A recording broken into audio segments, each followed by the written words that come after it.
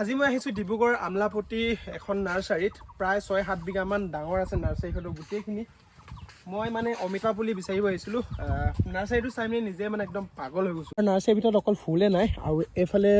পুখুৰী আছে মাছ পুহি থোৱা আছে আৰু ইয়াৰ ভিউটো চাওক কি আল্টিমেট ভিউ আৰু আপুনি যদি ইয়ালৈকে যে আহে আধা ঘণ্টা থাকে 1 ঘণ্টা থাকে সেইটো মানে বাহিৰৰ জেগাৰ ফিল্ড এটা আহিব মানে ইয়াত ডিব্ৰুগড় ফিল্ড নাহে মানে ডিব্ৰুগড়টো এনেকুৱা ধৰণৰ নাৰ্চাৰী আছেনে ভাবিব লাগিব মানে একদম অতি সুন্দৰ মানে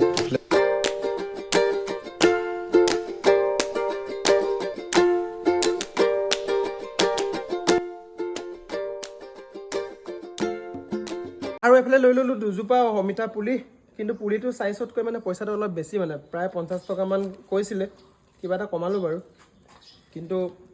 অলপ দামটো অলপ বেছি হৈছে নেকি আৰু তামোলৰ পুলি সুধিলোঁ তামোলৰ পুলিটো ইমানটোমান হ'ব